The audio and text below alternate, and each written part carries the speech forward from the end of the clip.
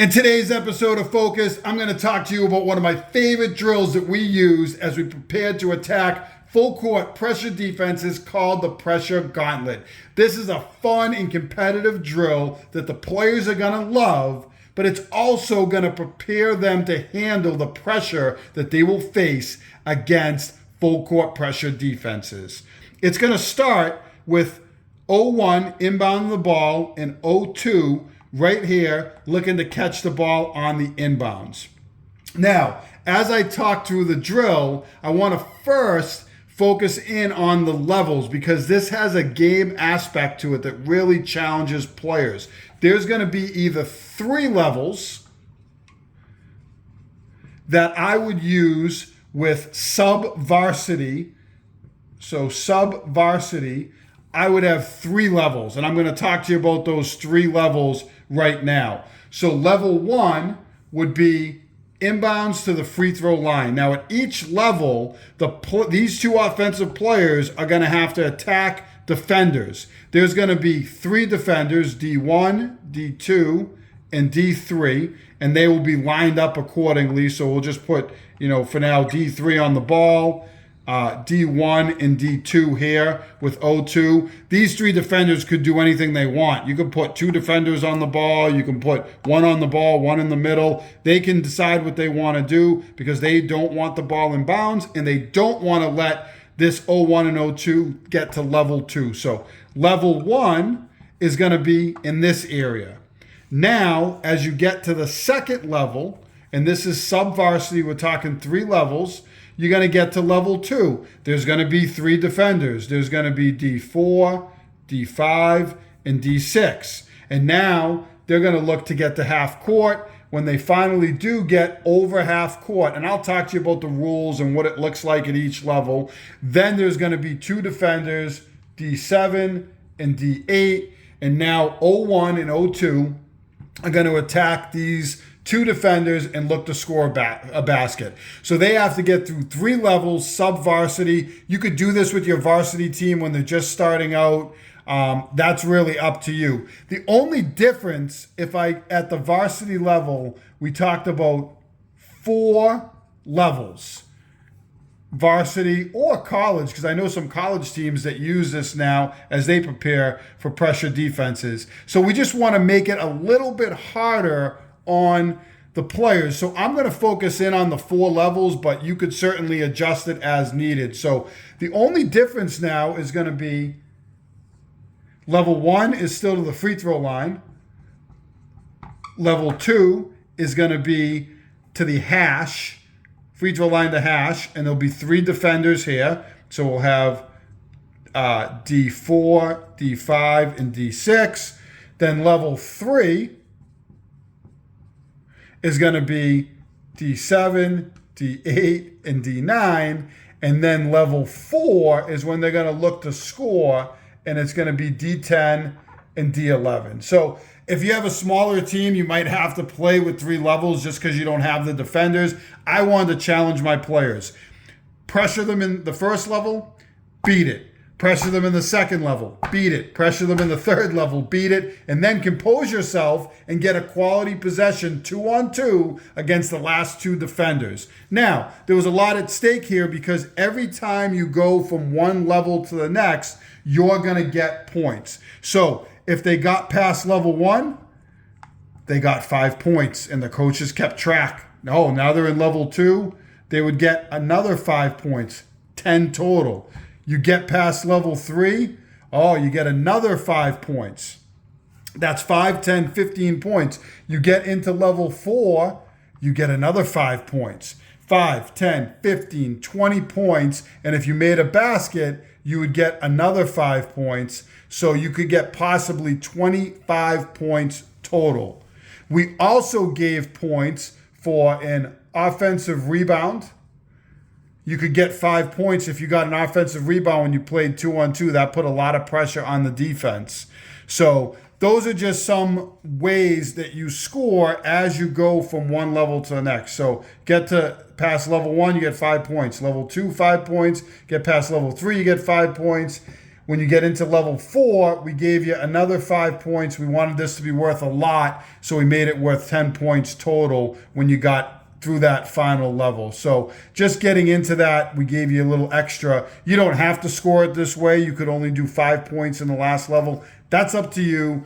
But this is what we like to do with our team. So a couple of things as we're looking at getting from level to level. And I'm just going to erase the levels for now, because I want to focus in the points, I want to focus in on the playing aspect of it. And I want to get into some of the rules. So number one for us, rule-wise, was you could not dribble. So O2 would have to get open. Let's just say they came this way and they got open in the first level. So here's O2. O1 hits them with the pass. O2 could not turn and dribble immediately. We wanted them to catch the ball and look. So many times against pressure defenses, a player turns, catches it, immediately goes head down up the sideline, and it allows teams to trap them. No, we want you to catch it, square, look up the floor. If someone's open, hit them. If you can attack the press, attack the press. But we didn't want you with your back turned to start dribbling. So many teams do, and they get funneled into the baseline, and then they get trapped. So we wanted them to catch and look. So we said, you know what? You can't dribble. Could you play with dribbles? Yes. If you want to do that, do it. We did on occasion, but our first rule was no dribbles. So now O2 has the ball, so O1 has to be resourceful. They have to get open. A lot of times they might come this way, they hit them, then they cut back and they hit them, and they play a little two-man game. They learn to cut through the middle of the press. They learn to get open. They learn to find the open windows against the press. So that's that first area. Now, they have those 3 defenders in that first area. As soon as they break the line of this level, as soon as they get past it, these 3 defenders jump right in and pick them up and try to trap them. They could trap with all 3 defenders. We don't recommend it. We would rather see them trap with 2 and then get an interceptor. But as soon as they come in, they're getting trapped at that second level. So first rule for us was definitely no dribbles. The second rule was the defenders had to stay in their level, stay in level.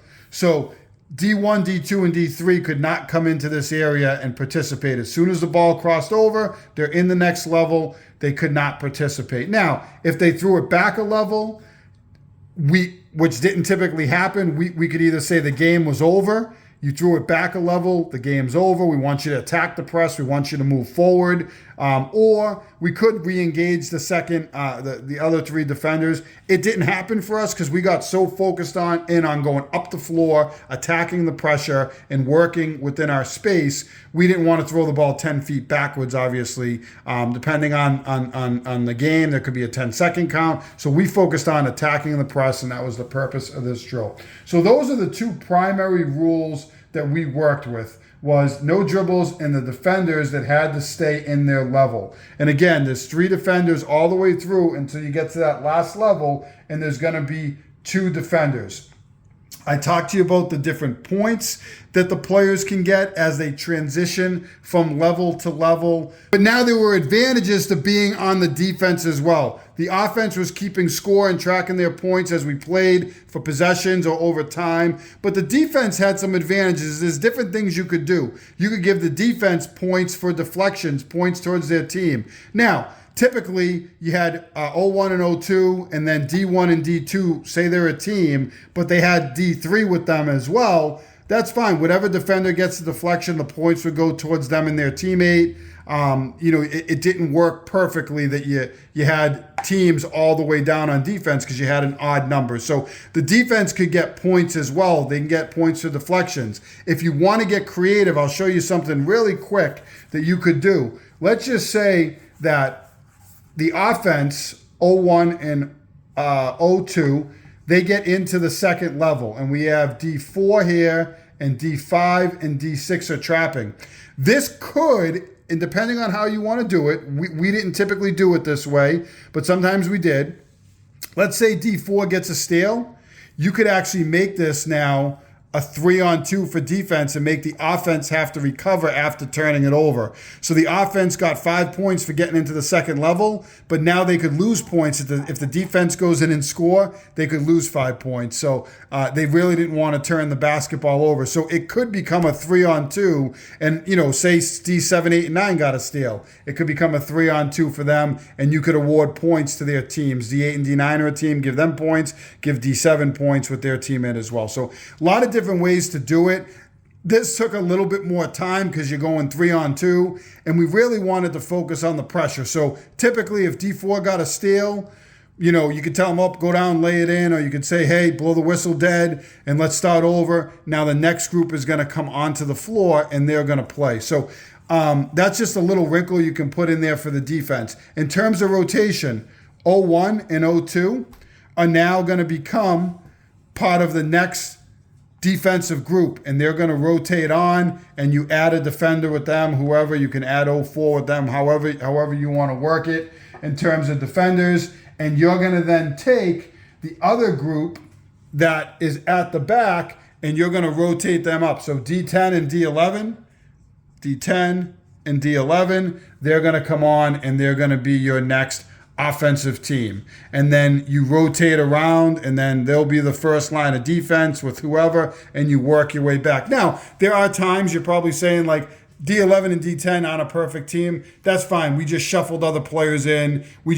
And we actually got on the players for this to keep the tempo up. They knew we needed 3, 3, 3, and then we needed 2 in the back. So we tried to rotate as best we could, but if it wasn't working out perfectly, we would just have players hop in and get into those spots. And we got really efficient. As you do this more and more, you'll get really, really efficient at that aspect of it as those players rotating into the different spots. So again, just a quick recap. Just going to start with my friends 0-1 and 0-2. We had D1, D2, D3, and again, as 0-1 and 0-2, 0-2 cuts, boom, they hit them. They're going against D4, D5, and D6. As they break it and they get into the next level, they're going against 7, 8, and 9. Again, the pressure. They're getting trapped. They're constantly under duress this entire drill at every level. This is harder than a game. They're outnumbered. They can't dribble. You're putting everything against them to prepare them to go against the press. We started this early in the season. You can't do this once or twice. You got to do this weekly in order to prepare players to go against the full court pressure defense. It can't be a one-off thing, as I said. Again, to go back to these players, they get into that third level. They get back up over here. Now, the last thing I want to mention with this is when they do get into level 4, they can now dribble. That was a key, and they can use the whole floor, and they play 2 versus 2, and they can dribble. That is an important piece to mention. No dribble, no dribble, no dribble. You get to that last level, and you can put the basketball on the floor. Sometimes we tell them they had to score in 4 dribbles. Sometimes we just let it go. We might put 10 seconds on the clock. You got to score in 10 seconds. There's different ways to go about it. We could put 30 seconds on the drill and say you have 30 seconds to get it up the floor and to score the basketball. So there's a lot of different constraints you can put into this with time and otherwise to challenge players.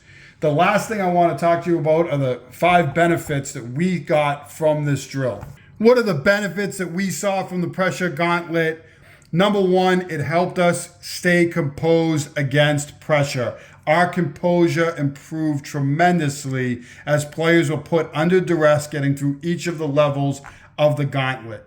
Number 2, it helped improve our decision-making tremendously. Players would catch the ball, and I'm going to put 2 and 3 together here, and they would look before putting the ball on the floor. When you're getting sped up in the course of the game against the pressure defense and you catch it and you're frantic and you put it on the floor, it increases the amount of turnovers and it plays in the hands of the defense. I know because I use full court pressure defense. When you stop, you slow down, you catch, you look, and you dissect the press and really attack it, that is when it's going to benefit you. So it increased decision making. The catch and look aspect was so important. After you, quote unquote, and I'm going to put this word up here reluctantly, but after you break the press. Teams say, oh, I broke the press. To me, the press wasn't broken as a defensive coach until they scored a basket. And the same thing, an offensive-minded coach. Yeah, we got it over half court. That's great. You get it over half court, you take a bad shot, and you throw the ball away. You want to break it by getting it over half court and scoring the basketball. So this helped us to get quality shots. We had to get it over half court against all those three groups of three defenders, and then we had to play 2v2, and that's where you got all the points. Yeah, teams got it through the 4 levels. Some teams didn't. But when you scored the basket, that was a lot tougher to do, to play the 2 versus 2 and score the basket. So getting a quality shot, that really helped us. And it's competitive and fun for players. The players loved it. I loved it. I'm excited about it. I'm excited to share it with you. If you like this video, make sure you hit that like button down below, turn on your notifications, and subscribe to this channel. And drop me a comment with any questions you might have about the pressure gauntlet, one of my favorite drills that we used and helped our team in so many ways.